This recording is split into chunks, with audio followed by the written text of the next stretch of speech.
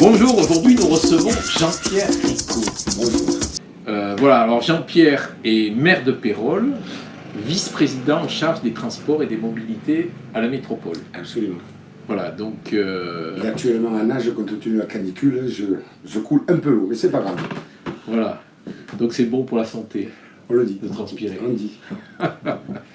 Donc voilà, 58 ans, donc, est ancré donc, dans son village, un village un peu bicéphale, un cœur traditionnel et des lotissements. Et des quartiers. Ou des quartiers, Des j'appelle ça, quartiers, c'est plutôt ouais. des lotissements. Quoi. Ça s'est fait sous la forme de lotissement. Mais lotissement, je trouve que c'est péjoratif. Moi, je préfère des quartiers résidentiels. Des quartiers résidentiels. Enfin, il n'y a pas d'immeubles, il n'y a que des villas. Quoi. Absolument, oui. Il y a un cadre de vie exceptionnel. Voilà, donc il a passé 13 ans dans l'opposition. Aujourd'hui, il est maire de Pérols, d'une commune qui a 9200 habitants, dont la population est renouvelée à peu près tous les 10 ans de moitié. Absolument. Donc on part sur 15 000 habitants dans 10 ans. Quoi. Non. Aujourd'hui, les modifications du PLU ont permis de stopper l'immobilier. Et on sera une ville dans 10 ans qui pèsera 11 000, 12 000 habitants maximum. Bon, donc on arrête de doubler tous les 10 ans. Absolument. Voilà, donc il a passé son enfance à Pérols. Et donc il est vraiment ancré dans Pérols, parce qu'à 10 ans il était dans la fanfare, le clairon, puis le solfège avec la trompette. À 25 ans, chef de fanfare, créateur de l'école de musique de Pérols, secrétaire de l'école taurine, passionné par les taureaux. Voilà, donc Secrétaire un du enfant du Taurin, pays. secrétaire du comité des fêtes, Ouais. très, très actif dans les associations. Bon, a bossé un peu dans le business, chez GDF Suez Angie, pendant 25 ans. 31 ans. 31 ans, voilà, à Madrid, au Portugal, avant de revenir pour en découdre et attraper et choper la mairie de Pérols. Pas au premier coup, mais oui, c'était ma volonté. Alors, au premier coup, dans les choux, deuxième coup, dans les choux, il a fallu le troisième coup. Le premier coup, 34%, c'est-à-dire un tiers de la population a fait confiance. Le deuxième fois, c'était pratiquement 50%, donc c'était la moitié de la population. Et aux dernières élections, effectivement, j'ai obtenu la majorité. Voilà, donc, et secrétaire départemental de l'UDI. Donc, il est secrétaire de notre ami Joseph Francis. Je suis secrétaire de la représentation départementale de l'UDI, effectivement. Voilà. Nous sommes à deux têtes. Joseph Francis, président, est élu par les militants. Et moi, secrétaire départemental, je suis désigné par le national. C'est vous qui faites les comptes? Tous les deux. D'accord. Donc, quand il a pris la mairie, il a divisé son salaire par 3. Ah, je suis informé. Vous êtes bien informé. Donc, c'est dur de rentrer dans la politique. Absolument. Lorsqu'on est issu du monde privé, c'est effectivement très dur. Bon, sa Madeleine de Proust, il aime la vie, les restos, faire la cuisine, mais n'est pas un couche-tard. Pas après minuit. Ah oh, là j'ai été balancé à mon avis. Voilà, si, donc aime la lecture, qualité, du cœur, sensible, travailleur rigoureux, autonome, défaut, trop investi et peut parfois s'emporter. Ça me va. Voilà, donc c'est assez fidèle. Le numéro 844 de la Glorieuse, on revient sur les municipales, mais en marche derrière qui? On se pose la question. Parce qu'en ce moment, les couteaux s'affûtent. Vous avez vu passer les informations nationales, et à Montpellier, pour l'instant, il n'y a pas de fumée blanche. On ne sait pas trop. On parle de Montpellier ou de Pérols? On parle de Pérols. Mais là, nous parlions de Montpellier. Municipal à Montpellier. Je ne me mêle pas des élections municipales des 32 autres communes composant la métropole. D'accord. C'est très sage, ça. Voilà. Ensuite, on revient sur General Electric. Montpellier également touché dans l'affaire GE. Voilà. Oui, voilà, je crois que c'est à Sochaux là, qu'il y a eu des licenciements, ou dans le coin là-bas, ou à Montbéliard. Et donc Montpellier est touché avec des sous-traitants. Et donc on fait un peu le point là-dessus. Et on revient aussi sur une info exclusive La Glorieuse. Enfin pas exclusive, mais enfin bon. On a eu Florent Grill, qui est le frère d'une vigneronne de la métropole, et qui va défier Bernard Laporte à la présidence de la FFR. Donc un Montpelliérain qui défie Laporte. D'accord. Vous saviez qu'on a deux cadors dans le rugby, on a Altrad, et puis maintenant ce fameux Florian Gris. Mais comme quoi le rugby est en train de s'ancrer définitivement sur la place montpelliéraine. Quand nous étions jeunes, tous les deux, il n'y avait pratiquement pas de rugby, puisqu'a priori on est né le même mois de la même année, donc il n'y avait pas de. Le rugby n'était pas ancré, et effectivement depuis une quinzaine d'années il est bien ancré, mais je pense qu'il maintenant il est définitivement ancré. C'est plutôt une satisfaction. Voilà. Voilà, donc Jean-Pierre Ricot, donc vous savez quel est votre surnom? Oui. Hein? Dites-moi. Non. Le Fernandel de la métropole. Ah ben c'est sympa. Voilà, c'est ce qu'on m'a dit. Ah, je le découvre avec vous, mais c'est sympa. Donc on va commencer par les questions. Donc est-ce que vous lisez régulièrement La Glorieuse? Assez régulièrement. Pas toutes les semaines? Mon emploi du temps ne me permet pas d'avoir autant de liberté. Mais je le lis assez régulièrement. Bon, il y a 3 semaines, on a fait une vidéo d'un certain Jean-Christophe Rivière. Oui. Vous en avez entendu parler? Ben oui. Bon, cette vidéo, il disait que Michel Froment serait votre conseiller à l'urbanisme. Il a dit adjoint à l'urbanisme. Excusez-moi. Je l'ai regardé. Adjoint, évidemment, adjoint, excusez-moi. J'ai été mis en cause, alors la vidéo, je l'ai regardée. Oui. Ouais, Vous dites quoi? Bon. Quelles sont vos relations avec Michel C'est faux, il n'y a pas d'adjoint à l'urbanisme à Pérol, puisque l'urbanisme, je le gère directement. Donc. Les enjeux de Pérol sont tellement importants, j'espère qu'on pourra en parler, que je les gère directement. D'accord.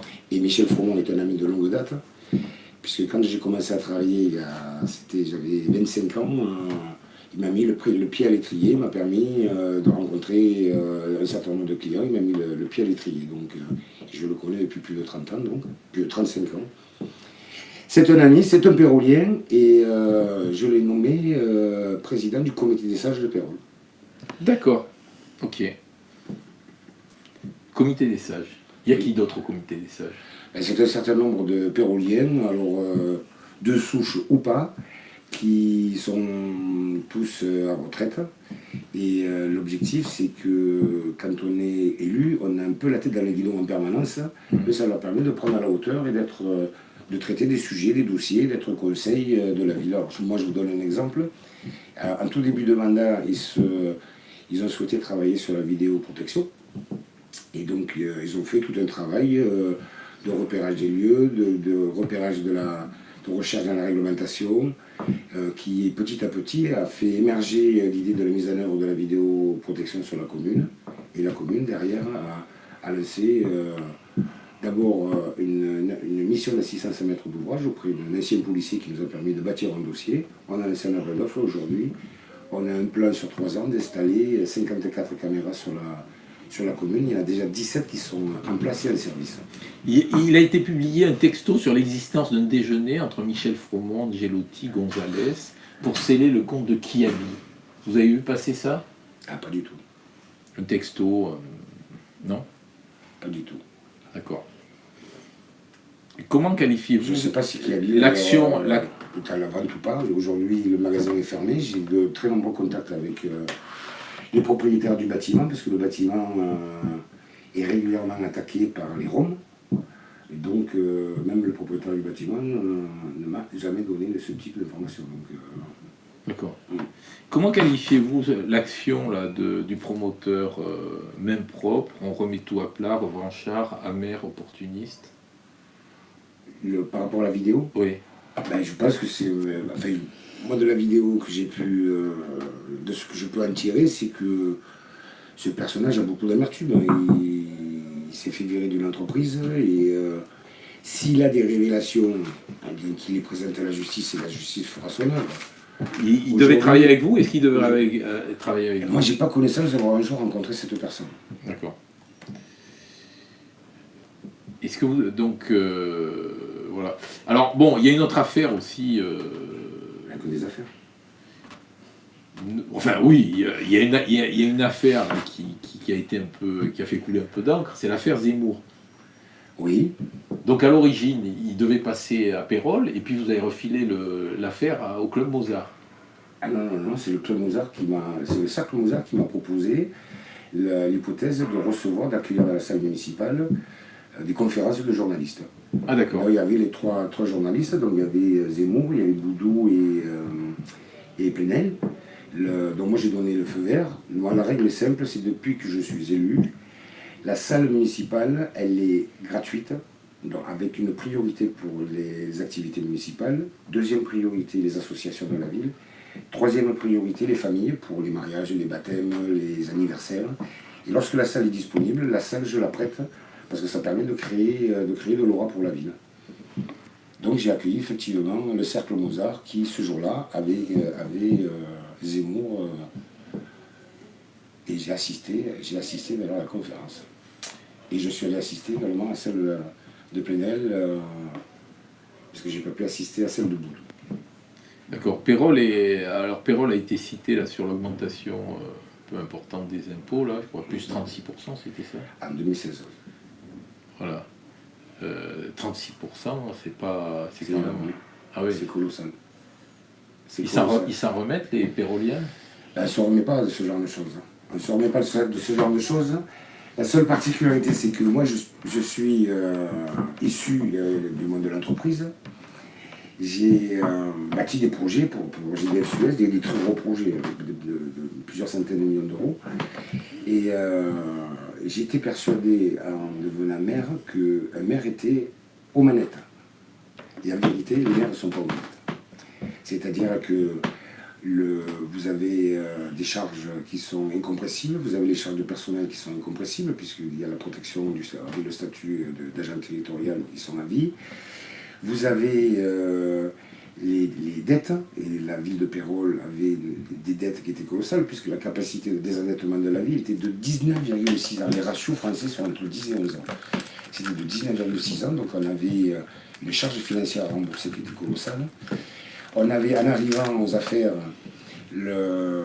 ça s'est passé 2014, c'était la fin du mandat de François Mitterrand.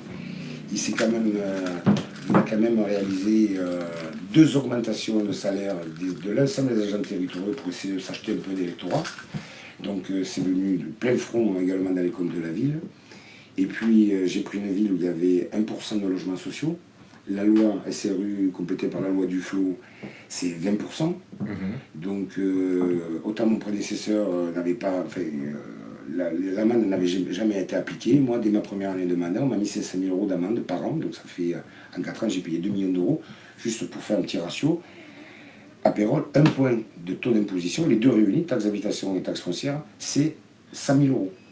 C'est-à-dire rien que la taxe sur le défaut de logements sociaux, ça représentait 5% de taux d'imposition. Donc si vous cumulez l'ensemble, eh bien allez rechercher des économies et être au levier.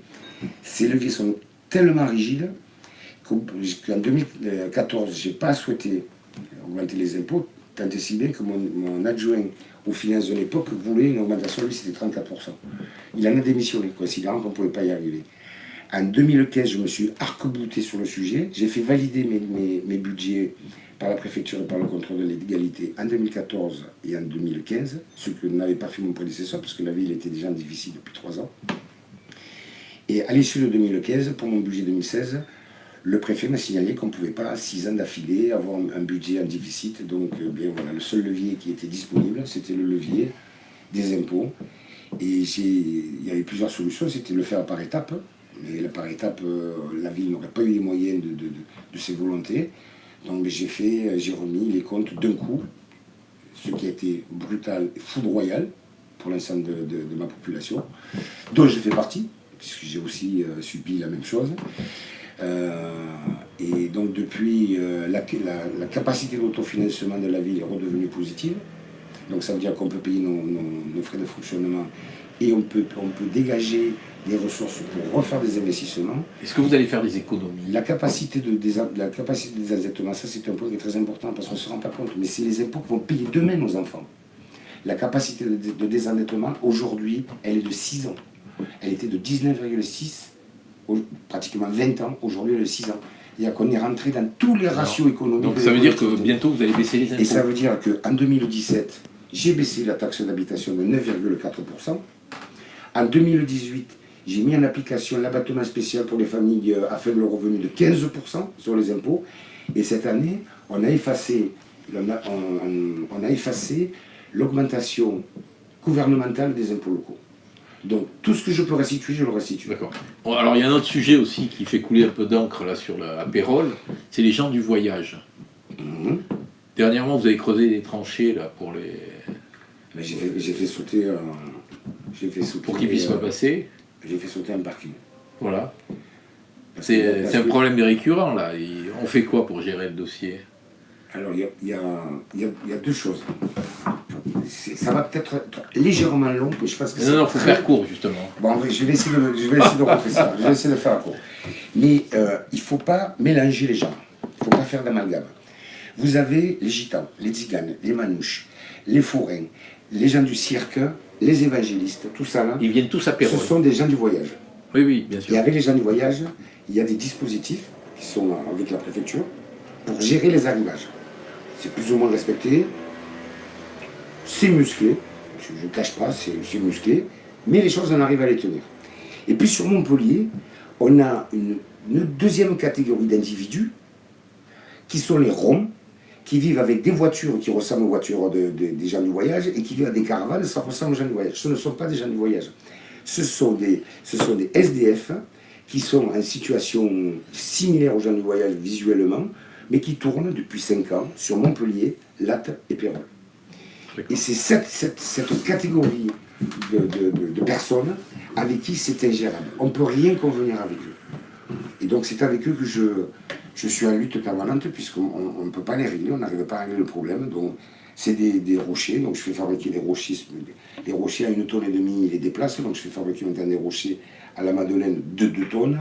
Je fais les tranchées, là j'ai fait détruire un parking, de façon à empêcher cette communauté de venir sur ma commune. Je ne souhaite plus les voir sur ma commune. C'est un problème d'État, c'est à l'État à résoudre le problème de la communauté rome. D'accord. Donc vous êtes aussi adjoint aux mobilités. Mais par contre, juste je finis, pour les gens du voyage, la ville de Pérole n'est pas conforme aux normes. Donc la ville de Pérole s'est intégrée au plan d'accueil des gens du voyage de la métropole. La ville de Pérole accueille donc des travaux actuellement pour avoir une aire de grand passage de 150 places qui permettra aux gens du voyage d'avoir un lieu, la ville de Pérole d'être en conformité, et aux gens du voyage d'avoir un lieu d'accueil à Pérole. Donc j'ai pas la volonté de repousser ces communautés, au contraire de me mettre systématiquement en phase avec la loi. Donc vous êtes aussi adjoint aux mobilités. Aujourd'hui il y a 30 radars là, sur la métropole. L'État compte en rajouter 50 de plus. Donc il y aura 15 vrais radars et 35 leurres. C'est pas un peu trop ça? Alors, oui. Hein? Ça dépend de quel côté on se place. Bah, du côté des automobilistes. Donc je suis 50 radars en plus. Je ne suis pas adjoint à la mobilité, je suis vice-président à la mobilité au transport. Ah oui, vice-président, excusez-moi, Mais il vice-président. n'y a pas de souci, je ne m'offusque pas de ce genre de choses. Aujourd'hui, effectivement, sur la métropole, il y a 31 radars installés. Alors, ce sont des radars un petit peu tout azimuts, il y a des radars de vitesse, il y a des radars de feu rouge, il y a un peu de tout. Là, l'État souhaite déployer sur l'ensemble du territoire français un nouveau type de radar ultra performant dans un but, c'est d'adoucir l'ensemble des mobilités et de faire en sorte qu'on puisse réduire le nombre d'accidents et notamment de morts. Donc comme dans le cadre de ma délégation, j'ai également l'accidentologie, donc on a lié les installations de radars à l'accidentologie sur la métropole. Donc l'objectif, c'est de diminuer le nombre de morts sur la route et le nombre d'accidents. Les coûts de mort ou les coûts d'un accidenté qui est handicapé sont colossaux, indépendamment de l'aspect moral, mais c'est vraiment colossal. Et donc ce que nous a demandé l'État, c'est de choisir effectivement 50 emplacements où seront installés de nouveaux radars. Et dans ces nouveaux radars, il y a 25% seront réels et les autres seront des leurs. Mais par contre, il y aura un dispositif qui permettra de déplacer les équipements de façon à ce que on ne puisse pas déterminer qu'ils sont les leurs. Et donc on sera effectivement, à peu près, on va doubler le nombre de radars réels sur la métropole. Donc il n'y en aura pas, il y aura 60, à peu près un petit peu moins de 60 radars, et non pas 80. L'objectif étant de réduire l'accidentologie sur le territoire métropolitain. Vous êtes aussi en charge des vélos, des pistes cyclables? Oui. Donc les pistes cyclables, c'est un petit peu un chantier, c'est un gros chantier à Montpellier, dans la métropole. Oui. Est-ce que vous pouvez nous en dire deux mots? Parce que voilà, il y a quand même beaucoup à faire. Il y a énormément à faire. On est très en retard. Lorsqu'on prend, alors, on a fait faire une cartologie de l'ensemble du réseau cyclable de la métropole. On a mis en bleu les pistes cyclables qui existent et en rouge celles qu'il aurait lieu de créer. Donc on est à moite-moite. Donc c'est vrai, aujourd'hui, il y a beaucoup de discontinuité. Et donc la métropole, ça a été voté il y a quelques mois, a voté son schéma des mobilités actives, c'est-à-dire tout ce qui va permettre aux piétons, au vélo et tout ce qui est à force motrice humaine, de pouvoir développer un réseau cohérent sur la métropole. Et pour ce schéma des mobilités actives, la métropole a inscrit dans son PPI, dans son plan pluriannuel d'investissement, 80 millions d'euros. Cette année, on avait prévu de consacrer 5 millions d'euros. Et le fait du déplacement du stade, il y avait 10 millions d'euros qui étaient prévus pour les études, les premières études du futur stade Louis-Nicolin. Donc cette dépense n'est pas engagée. La métropole a souhaité, le président a souhaité consacrer ces 10 millions d'euros au plan vélo. Donc on est passé de 5 à 15 millions d'euros qui sont investis sur cette année. Alors, autre chose, là, bon, en ce moment c'est la canicule. Là. Et juste pour finir sur les vélos, on ne s'en aperçoit pas parce qu'on a tendance, lorsque les choses évoluent, on ne s'en aperçoit pas forcément, mais il n'existait quasiment plus de jalonnement, c'est-à-dire des panneaux permettant aux cyclistes d'avoir leur direction. Et si vous pouvez constater qu'aujourd'hui sur la métropole est en train de se déployer le jalonnement cycliste sur l'intégralité de notre territoire. Et c'est en cours d'installation. Oui, parce que même les pistes cyclables sont quand même pas terribles. Moi, je roule énormément à vélo et c'est compliqué. Il y a des piquets partout. C'est pas le vélo first. C'est la voiture qui même domine sur les pistes cyclables. Alors il y a plusieurs choses, mais c'est vrai qu'avant, lorsque se faisait travaux routiers, de temps en temps, on passait aux pistes cyclables, on la mettait, de temps en temps, on n'embêtait pas. Les bureaux d'études choisissaient tel type d'aménagement. Donc dans le cadre de ce schéma de mobilité active, on a déterminé 3 types de pistes cyclables et toutes auront un cahier des charges de façon à ce que systématiquement elles soient toutes à l'identique sécuritaire avec eux. Je vous redonne des détails, avec les mêmes largeurs. Bon, revenons sur la canicule. En ce moment c'est la canicule à Montpellier, donc il y a eu un plan pour la neige. Est-ce qu'il y a un plan pour la canicule? Absolument. C'est quoi le plan pour la canicule? À part aller se baigner à la mer où on ne peut pas se garer. Non, le plan canicule. C'est prendre le tramway et aller jusqu'à la mer, mais on ne peut pas aller jusqu'à la mer. On s'arrête à Pérols, justement. Ah oui, mais il y a de l'air. Enfin, il y a de l'air plus ou moins. Pas en ce moment. Dans le plan canicule, il y a les collectivités, que ce soit l'ensemble des communes, donc c'est à la charge des communes. Et la métropole est en train d'étudier une mutualisation des plans canicules. L'ensemble des communes ont recensé les personnes qui sont susceptibles de pouvoir avoir des problèmes avec la canicule. Alors, ce sont des personnes soit âgées, soit des personnes faibles ou personnes en situation de handicap. Et des conférences ont été organisées pour pouvoir expliquer les bons gestes, ce qu'il y a lieu de faire. Les communes ont mis à disposition des lieux qui sont climatisés pour accueillir ces populations éventuellement. Donc il y a des systèmes d'alerte. Alors moi typiquement j'ai un SMS canicule, comme j'ai d'ailleurs un SMS inondation ou un SMS alerte du voyage. Donc il y a toute une série de dispositifs qui sont mis en œuvre pour pouvoir aider les populations à risque. D'accord. Donc cet été, là, c'est quoi la programmation à Pérols bon, parce que c'est vrai que les gens sont assez un peu... voilà, il y a un programme de fête. J'ai vu qu'il allait y avoir un rassemblement de motards. J'ai vu qu'il allait y avoir les négresses vertes. Ça va pas faire retomber la température, ce genre de choses. T'as vu, l'été c'est fait pour que les gens sortent, les gens s'amusent, les gens soient entre eux. L'été Et les manifestations d'été ont pour objectif de créer du lien justement entre les personnes.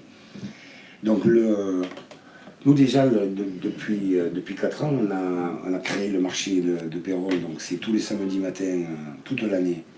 Et ça nous a permis de voir certaines générations, notamment les seniors, ressortir en hiver, ce qui n'était pas le cas.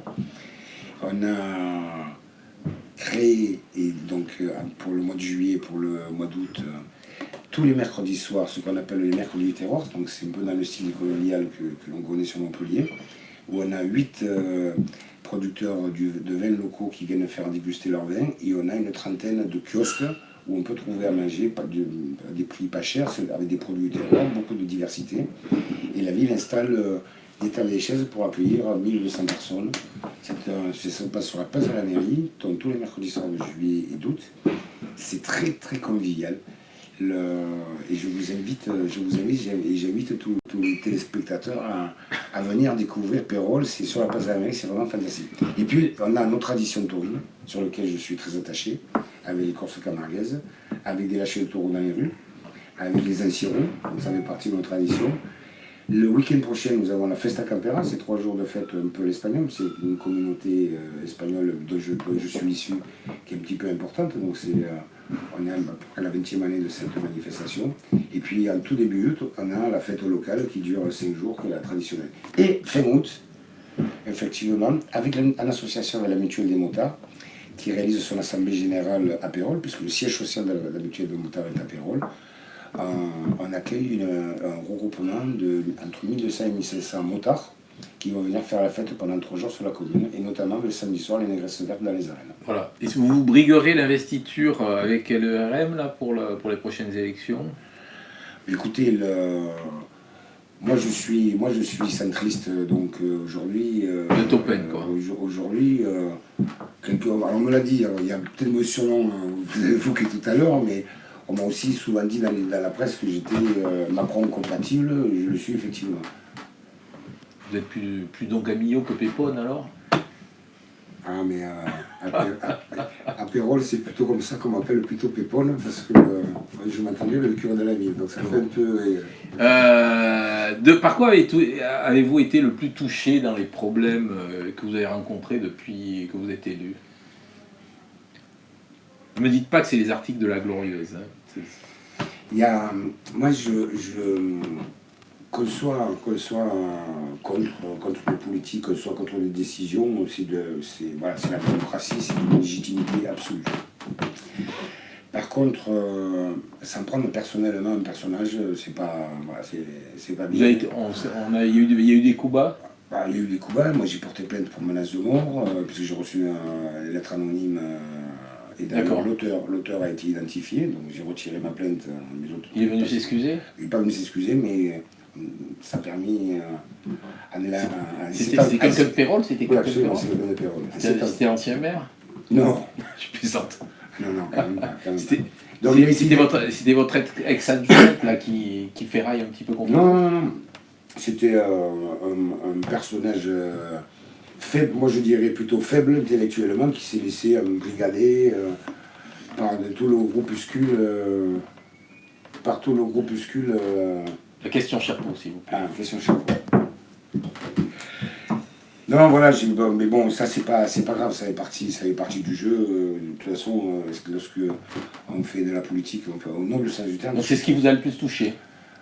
Oui, ce que je ne supporte pas, c'est l'injustice. Et parce qu'on a une augmentation d'impôts, voilà. Et ces menaces de mort, c'était lié à l'augmentation d'impôts? Oui, c'était lié à l'augmentation d'impôts. C'est le groupuscule SOS Pérols à l'époque qui a drainé un certain nombre d'individus, des êtres faibles comme celui qui avait écrit ce document, se sont mis derrière. Ouais. Mais ce qui est blessant, pour revenir à votre question, à la limite ça c'est pas grave. Ce qui est blessant aujourd'hui, c'est plutôt l'aspect... j'ai le droit de dire ce que je veux et je ne suis pas sanctionné. Et notamment tout ce qu'on peut voir sur Facebook, où chacun se lâche. Alors certains dans l'anonymat. Et y a des choses, on ne peut pas s'imaginer, mais il y a des choses qui sont blessantes, qui sont infondées et qui sont blessantes. Sur les réseaux sociaux. Et les réseaux sociaux sont Oui. terribles. Moi, Les réseaux sociaux. la presse, moi, la presse, je respecte. Je me suis jamais permis d'appeler quelqu'un pour dire l'article, que c'est quoi cet article, c'est n'importe quoi. Après, lorsqu'il y a des faits qui se disent dans la presse, dans la mesure, autant d'interroger deux parties, et puis les journalistes font leur avis, mais la presse est réglo. D'accord. La presse est réglo. La presse a été réglo avec vous. Ouais. Oui. Je vais Bon. pas dire non, mais parce qu'il y a des articles que j'ai pas aimé lire, mais bon, c'est pas grave. Chez nous. Non, d'une manière générale. D'accord. Ah oui, mais bon. D'une manière générale. C'est mais ça, c'est votre- ça la presse. C'est ça, la votre, presse. c'est votre job, donc je le respecte. Voilà. Bon, si vous voulez bien lire cette question que vous avez entre les mains, que vous triturez.